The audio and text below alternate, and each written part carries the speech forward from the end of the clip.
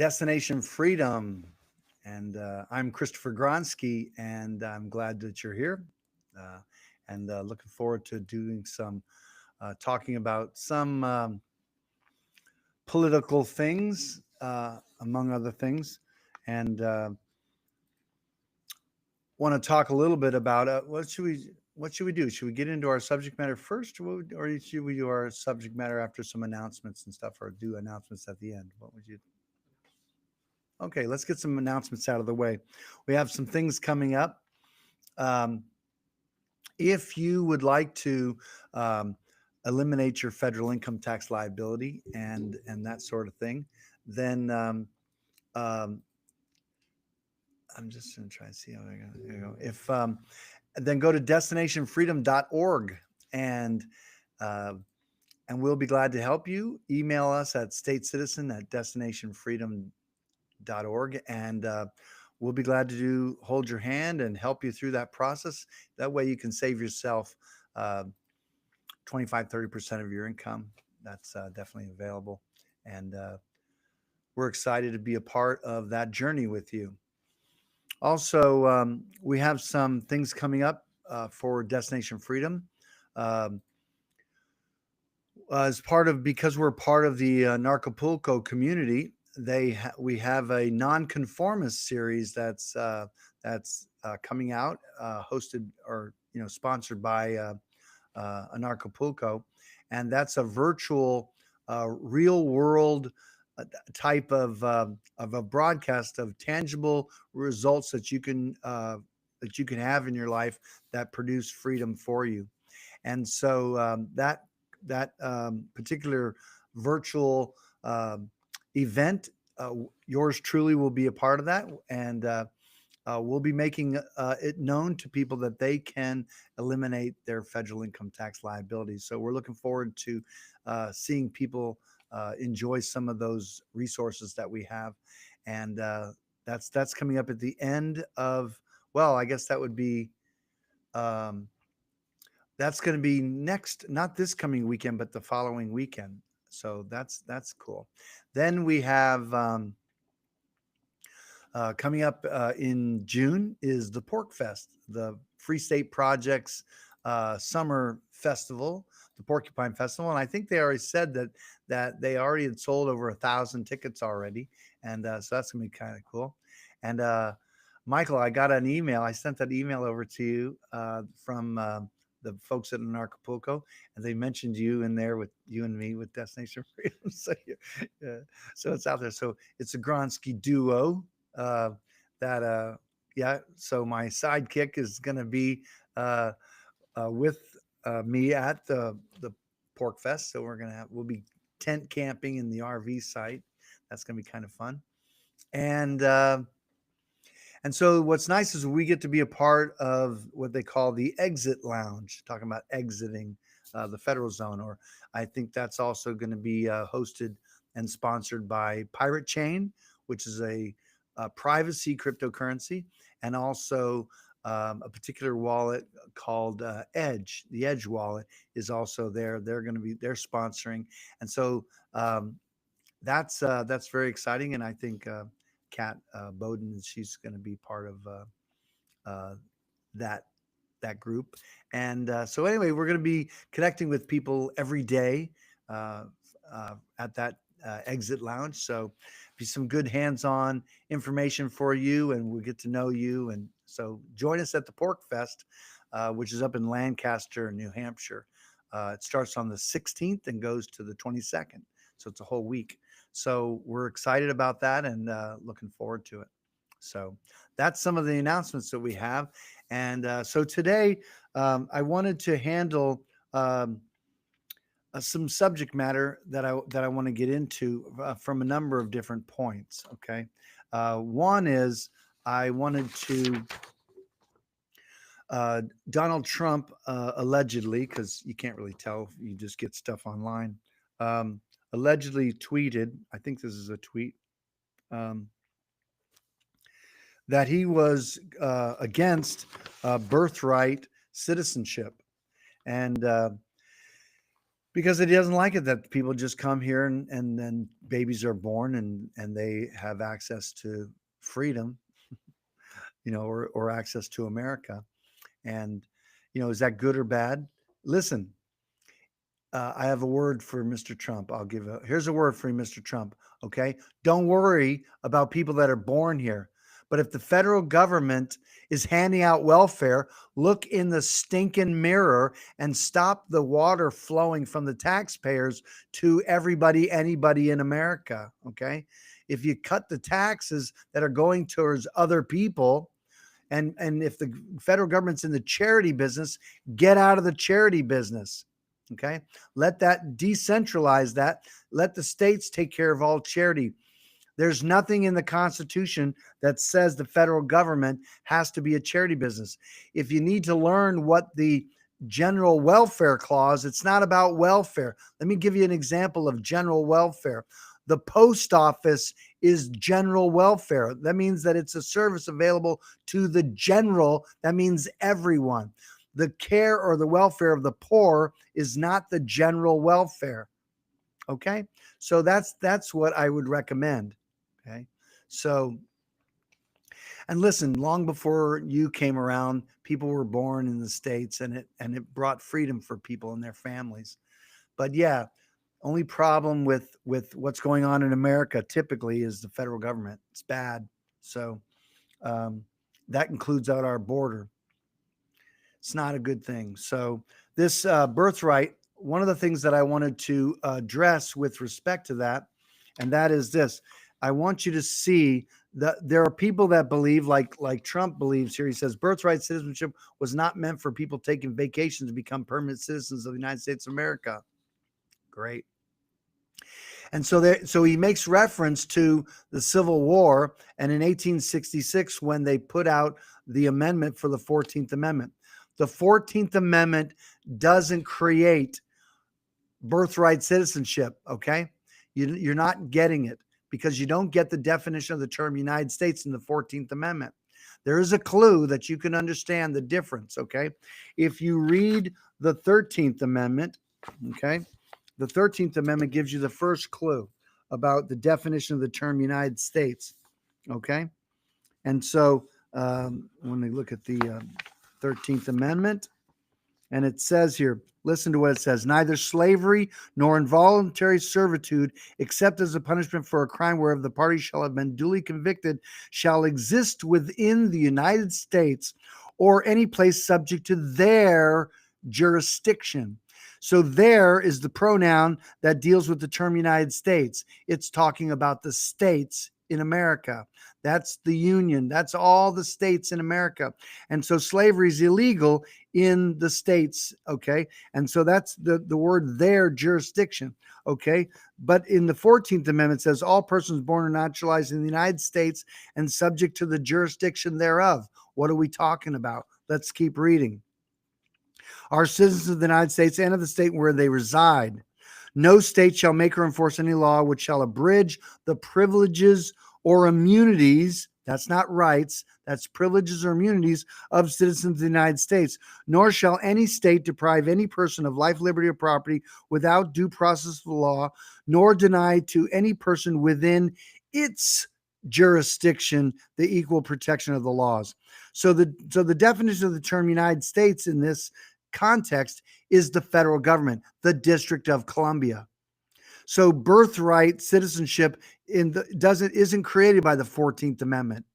This is talking about people who are born in Guam, Puerto Rico, Virgin Islands, America, Samoa. Those are U.S. citizens as well.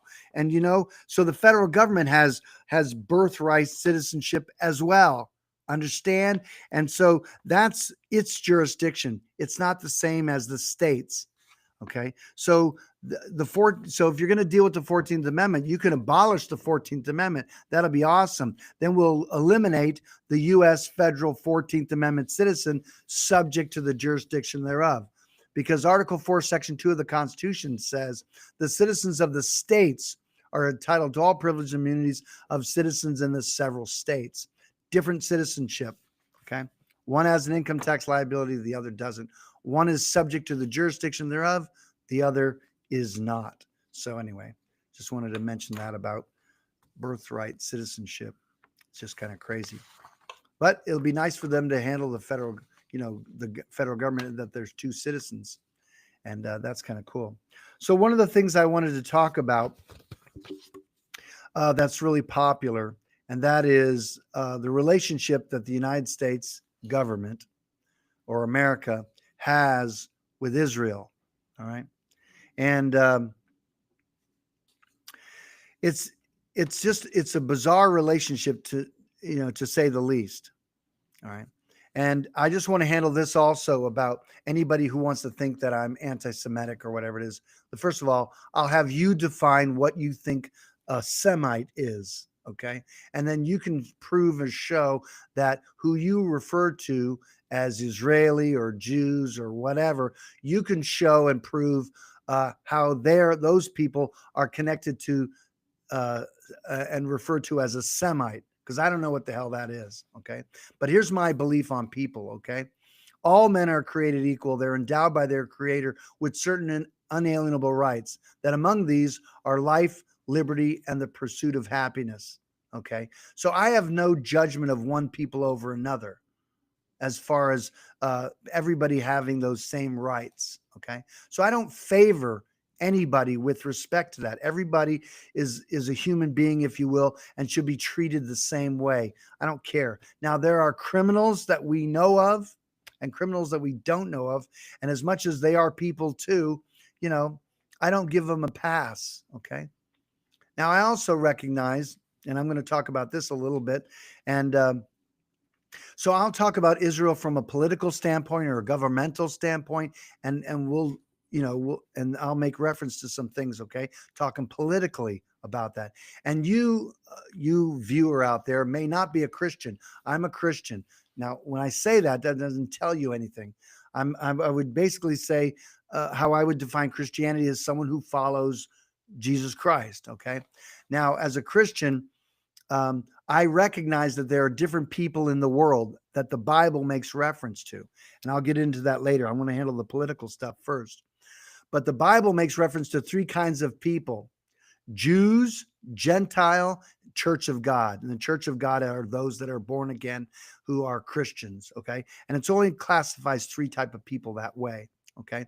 And generally speaking, when identifying those people, a Christian or anybody will be hard pressed to actually determine who is a follower of Christ, or who is actually born again of God's Spirit, or who Jesus Christ is their Lord. It's very difficult for you to look at somebody and say, oh yeah, that's what I know about them. Now, you could see their behavior and you could suppose, oh, that person is a follower of Jesus Christ because they're lovely or kind, or they act like Christ. Sure. But you'd still be hard pressed to determine what Jesus Christ alone can determine who are his. Okay. Now, if that's true about our own faith, and listen, our faith has all sorts of different denominations and such as that. And so again, to know actually who is a follower of Christ we'd be hard pressed to figure that out. It's not your business anyway, as long as you are and that you know that, that's fine. Then take the Jew. Okay. Whoever that is. And there are histories about the people claiming to be Jewish or Israelites or whatever definition, Hebrew, whatever they make reference to. There are histories that say that it isn't what people expect or think concerning those people in the Middle East. And so you can look at the people in Israel. And so there's Palestinians that are in Israel. And of course, there's Jews in Israel. And just to let you know, they're not all on the same page. You can look up and see Jews, certain religious Jews that do not agree with their government and how their government handles and behaves towards people. That's a reality. You can look it up and check it out. So it's not something that we're determining. There are people that have different opinions about the way Israel is handling or is showing up in the world. Okay. And then there's the Gentile, which is everybody else. And it's not that you picked that. That was picked, if you will. That's how Jews look at the world, them and Gentiles. And so the bad part about being God's chosen, okay, however that is, that they believe they're God's chosen, is that when you judge or make a determination that everybody else is not chosen and that you are, you separate yourself from the rest of the world or whatever. And when you judge the rest of the world as being less than you, then the world will judge you back. And that's a big breakdown. And that can be anything and anybody. The church, the Christian church, does the same stinking thing. They judge the world when God has sent Christ to save the world, and he sent his only begotten son because he loves them, and he doesn't appreciate the Christian sentiment and they're always going off about the sin of man and all that. It's just a mess. Nobody wants that. That's not a follower of Christ. And so if the Jews are judging the world that they're nothing but dogs or whatever, if that's their sentiment, that's bad. And even if you look in the scriptures, when it's a fact that when Israel walked with God, they were blessed and they blessed the world. That's a fact. You can read records. And when Israel did not bless God and they walked contrary, then God had no problem with them reaping what they sow and dealing with his people accordingly based upon their behavior. And I'm not a one to believe that God is evil. He doesn't punish. I believe God is love. In his anger, he loves. And so I believe that God is good always. And so that's my sentiment of that.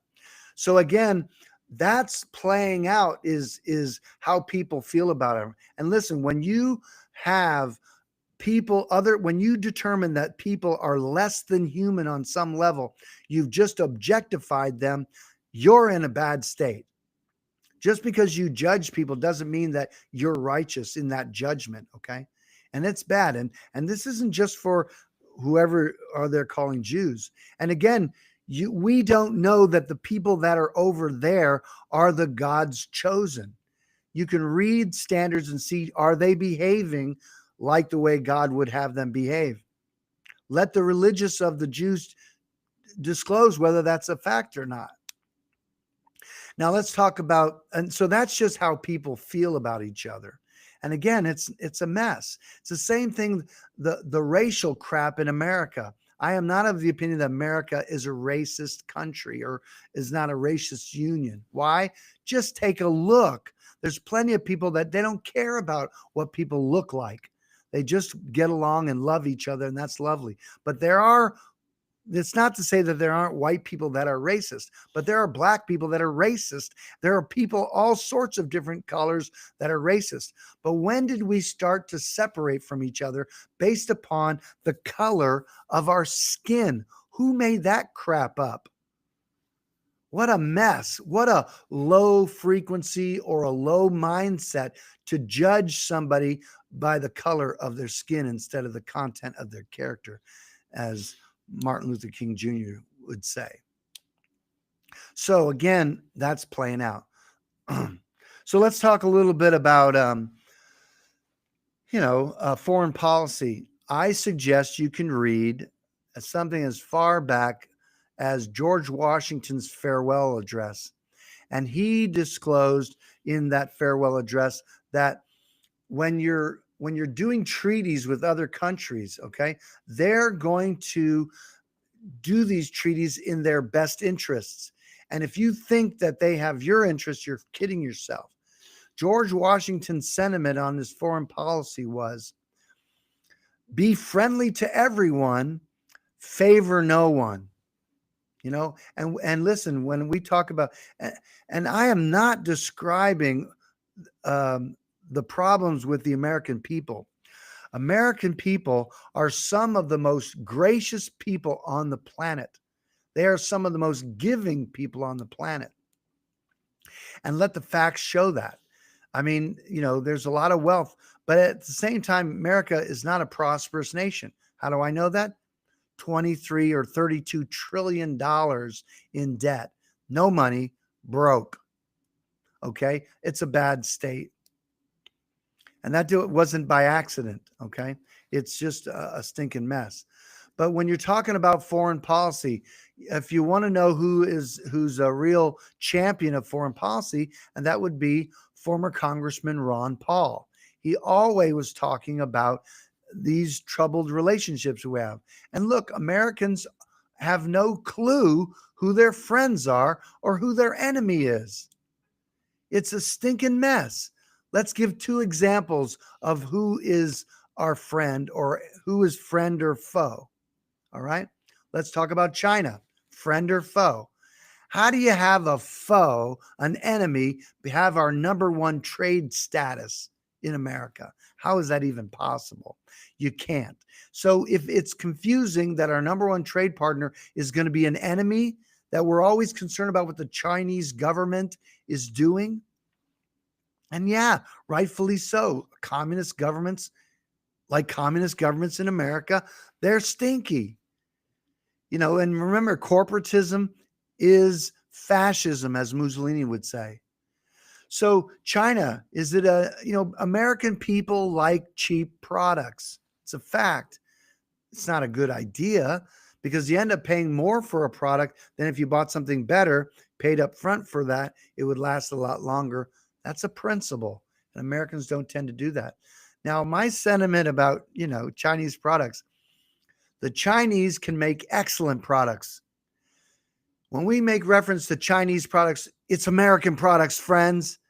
Why is that? Because Americans take their American company and they manufacture in China. American products made in China. And the Chinese will make them any way you want to make them. You want them cheap, you get them cheap. So in this recycle or in this market in which companies like you to keep buying the same thing that doesn't last long, what the it's an obsolete. There's a term, an actual term. If you remember what this term is, put it in the comments below. It's like designed obsolete, like that. So there is somewhere a light bulb that is still working the way they manufactured it, and it is still lit. They can make light bulbs that last indefinitely. But how do you make money with that? So they make a light bulb so it'll burn out after a while. That's, manufactured obsolete. And that's the way a lot of products are. And so that's bad. And again, this is how companies make money. So if the love of money is the root of what you're after, then of course it's going to be evil, and doesn't serve anybody. But again, getting back to China, it's American companies that are making things in China for America. So it's not very good. Another thing about it is, I'll just tap on this a little bit because I'm talking about China, or is it Trump? China. I can hear him say it. China. Trump's sentiment was, don't buy, he's going to raise the tariffs on these foreign governments or these countries, right? And so what happens? So who pays those? Well, the poor pay that, okay? Because that's what China does, makes the cheapest products. So this is taxing the poor. And let me just tell you a little bit of economics, okay? Businesses are not in the charity business. All costs are passed on to the consumer at the other end, without exception. Without exception. They may pay them up front, but the buyer pays the tariff. Understand that. Now, what does Trump want? Does he want them not to buy from China? He wants to have people buy in America? Okay, well, they may make that. But if what's in America is competing with that because you just tariff them, then what happens is the tariffs aren't going to collect any money if that's the intention. So they'll buy in America for a certain amount, and you're going to have nothing generated by the tariffs. So Trump was saying that the Chinese were going to be paying for this stuff like as if the manufacturer is paying the tariff. Doesn't work that way economically. So you can't have both. You can't be wanting to kill this market by high tariffs, or because those tariffs are going to be paid for by American people, the poor. And then you have American products, which are expensive because the federal government is taxing the labor, and then you add union labor. It's expensive. Most small businesses can't even hire employees. It's too expensive. Thanks, minimum wage. Thanks for all that. And then the American people, the poor, pay all those prices. So is China our friend, or are they a foe? I think on one part of our government's mouth, China, they don't trust them. And of course, they're communist, of course. And so, and yet we have them as the number one trade status. Now you come to Israel. Israel, are they our friend or are they our enemy? And so the foe. But take a look at Israel and their behavior. First of all, we're giving Israel money. Why? They're wealthy nation. Why are we giving them a nickel? We're giving them a nickel for military operation. Why? So they can invade their neighbors, or they can bomb Iran, or we can get into that kind of war because they have a number one trade, not trading, but number one relationship is with Israel. Really? And so the idea is that, are they our friend? How come Israel, as a lobbyist, that country has a handler? And you can look up Congressman Massey, I think that's who it is, who talks about that Israel as a lobbyist. There is an Israeli who is a lobbyist for every single member we have in Congress, except for the one, I think it was Massey, refused that. So every bill that's generated in America is handled and goes through, and they talk about every bill, whether it's going to support Israel or not. Okay. Now, again, when I'm critical of Israel or critical of America, I'm not critical of people in general, and yet, people allow this stuff. I'm talking about the government of Israel and Mossad, and look up information about Mossad, videos and things like that. There are people that have worked for Mossad that tell you what their plans are. And their plan is to facilitate and orchestrate all sorts of things. Look, in their best interest. And so the relationship between, like, for example, Epstein being part of Mossad and them wanting to get dirt on every single congressman so they can control them, either by drugs or human trafficking or whatever vice, Israel's into that. And they want to be able to control these politicians, and they do. It's their plan. There are those that have declared that that's their plan. And America is a heavy influence. I imagine other countries are that way as well. And if I know and can suppose that our federal government has set up and has eliminated governments around the world, all the while we BS ourselves about how Russian influence, which was proved to be false. I love Putin when he was talking about, are you trying to fix our elections? He said straight up, absolutely. He says, we definitely have an interest in the outcome of American elections, but we're not doing what America does in elections, like killing people and setting up another fake dictator or whatever it is. We're definitely not clean. And I just have to ask you, do you think the CIA is a righteous organization, or are they enemies of America? And the NSA and the surveillance that they do, and how we don't have any privacy based on that stuff. And then those relationships of how much information is given to our government from the banking systems and all that stuff, how much that's messed up. So, so from a political standpoint, looking at Israel, I don't look at Israel anything other than another nation that endeavors to control their people, don't care about the rights of people. They're doing what our government does. They're just jockeying for the deep state and for the corporatism, and of course the central bankers. And all you have to do is look at who's at the base of the money worldwide. One of the things that's sad when you're looking at, because when you're dealing with Israel, you're going to talk about central banking, because it's hand in hand, the money. And it's part of Israel's plan to enslave the world by way of debt. And you look, so I want to talk about, like, in Exodus, like it's interesting too. And look at central banking, how bad it is. In Exodus 22:25, it says, if thou lend money to any of my people that is poor by thee, thou shalt not be to him as a user, neither shalt thou lay upon him usury, interest. It's a sin. So if if the central bankers and if Israel's behind central banking and all, charging usury is not in alignment with the Creator's will. So that would mean that Israel is not blessed by God if they're charging usury for debt. And it says, and if you take down thy neighbor's raiment to pledge, thou shalt deliver it unto him by the sun. By that the sun goes down, for that is his covering only. It's his raiment for his skin. Wherein shall he sleep? It shall come to pass that he cries unto me, I will hear, for I am gracious. And see, God is not going to forget the plight of the poor.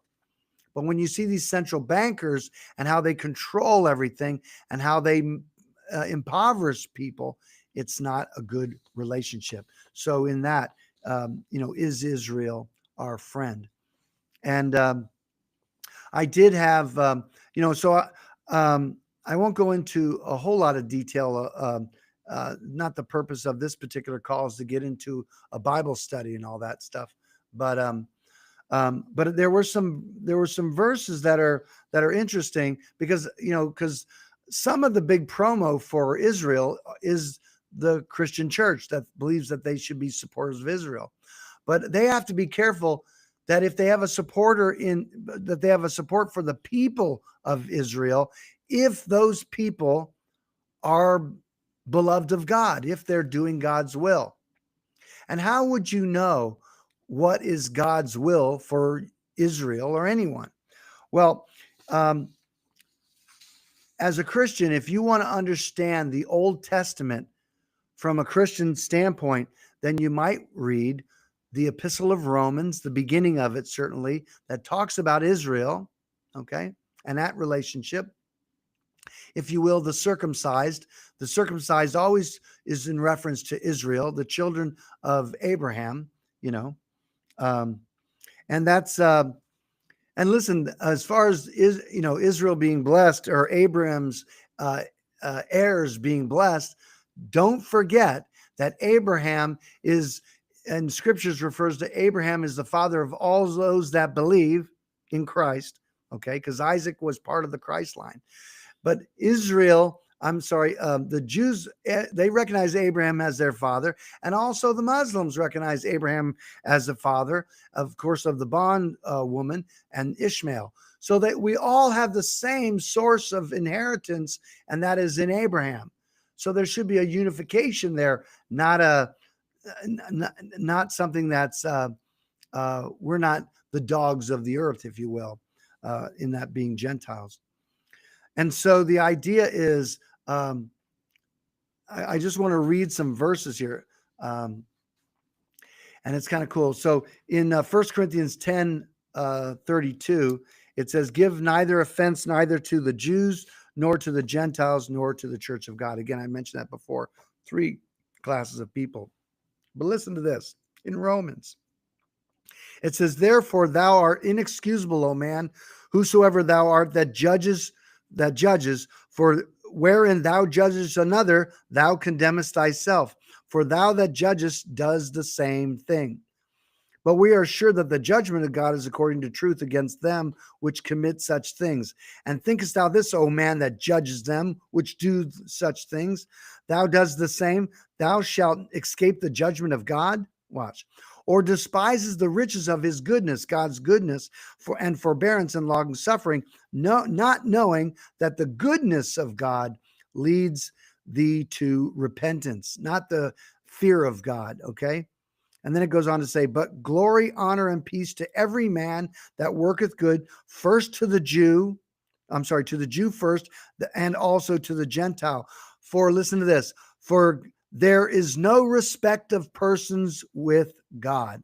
For as many have sinned without the law, shall also perish without the law. As many have sinned in the law, shall be judged by the law. For not the hearers of the law are just before God, but he that doeth the law shall be justified. And when you talk about the law, you're talking about the Mosaic law. And when they did the things that was said in the scriptures, they walked in love towards people, because like Christ says, love God with all your heart, soul, mind, and strength, your neighbors yourself. On these 2 commandments hang all the law and the prophets. So the purpose of the law was to show sin. But let's go on. And then it says, for when the Gentiles, which have not the law, do by nature the things contained in the law, these having not the law are a law unto themselves, which show the work of the law written in their hearts, their conscience also bearing witness, and their thoughts the meanwhile accusing or else excusing one another. In the day when God shall judge the secrets of men by Jesus Christ according to my gospel. That's powerful. So for the church to think that we're supposed to be favoring the Jews, Scripture says in Romans 2, there's no difference here, folks. Jesus Christ will be that distinction. Romans then it says, listen, it handles this. It says Romans 3, what advantage then hath the Jew, or what profit is there of circumcision? That's another reference to Abraham and circumcision. Much in every way, chiefly because that unto them were committed the oracles of God. That was the first word that was coming from God. For what if some did not believe? Shall their unbelief make the faith of God without effect? God forbid. Yea, let God be true and every man a liar. As it is written, thou mightest be justified in thy saying, and mightest overcome when thou art judged. It says, but if our unrighteousness commend the righteousness of God, how shall we say, is God unrighteous? Who shall take vengeance? I speak as a man. God forbid. For then how shall God judge the world? If the truth of God hath more abound to my lie and unto his glory, why yet am I judged as a sinner? It says, and not rather as we slanderly reported among them, and affirm and say, let us do evil that good may come, whose damnation is just. What say then? Are we better than they? No, in no wise. For we have before proven both Jews and Gentiles that they are all under sin. As it is righteous, there's none, as it is written, there's none righteous, no, not one. So then it goes on, says, now we know that the things which were written soever the law saith, it says to them that are under the law, that every mouth may be stopped, and that the world may become guilty before God. That was the purpose of the law. And we're talking about whoever the original Israelites or whoever is on the planet right now that follows that word. So it goes on to say, it says, therefore, by the deeds of the law, no flesh shall be justified in his sight, for by the law is the knowledge of sin. But now the righteousness of God without the law is manifested, being witnessed by the law and the prophets, even the righteousness of God, which is by faith of Jesus Christ upon all, and upon all them that believe, for there is no difference. For all have sinned and come short of the glory of God, being justified freely by his grace through the redemption that is in Christ Jesus, whom God has sent forth to be a propitiation or a payment for through faith in his blood, to declare his righteousness for the remission of sins that are past through the forbearance of God. And so it goes on to say, therefore we conclude that a man is justified by faith without the deeds of the law. Is he the God of the Jews only? Is he not of the Gentiles? Yes, of the Gentiles also. Seeing it is one God which shall justify the circumcision by faith and the uncircumcision, that's the Gentiles, by faith. Do we then make the void the law through faith? God forbid, yea, we establish it. So that's kind of cool. So you can see now, if a Christian isn't looking at the Israel in that light, then that's fine. But don't pretend like God is sanctioning the support of an ungodly people. Now, when I say that, I'm not judging that all of Israel is ungodly. There are those that walk with God, and there are those that don't. And those that walk in love towards other people, and Christ had a standard of loving your enemies.